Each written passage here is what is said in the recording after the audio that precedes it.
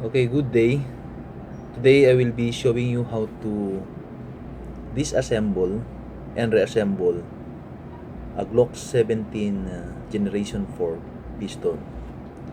Well, this is my issued service firearm.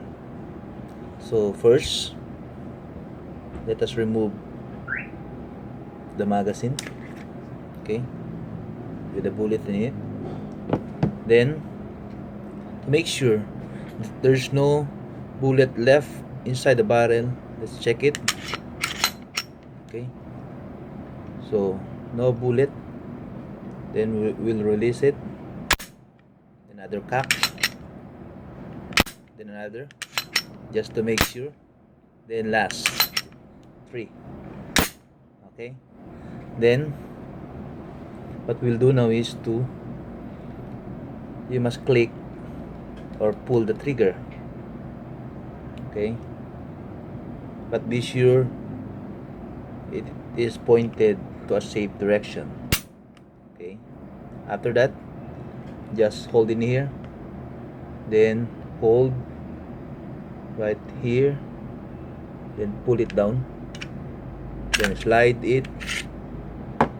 Okay, then in here there's a spring, so we'll remove the spring.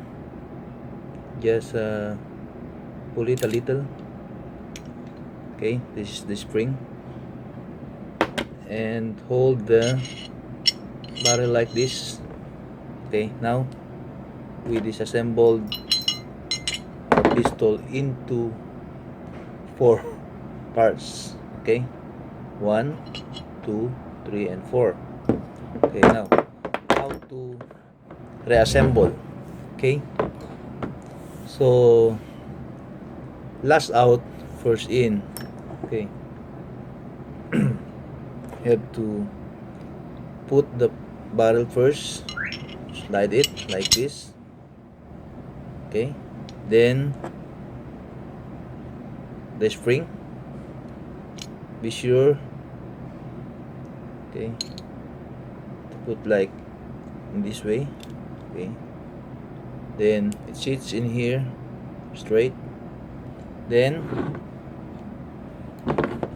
insert in here. Okay, then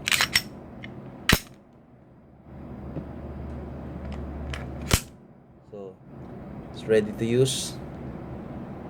That's how to disassemble and reassemble a Glock-17 Generation 4.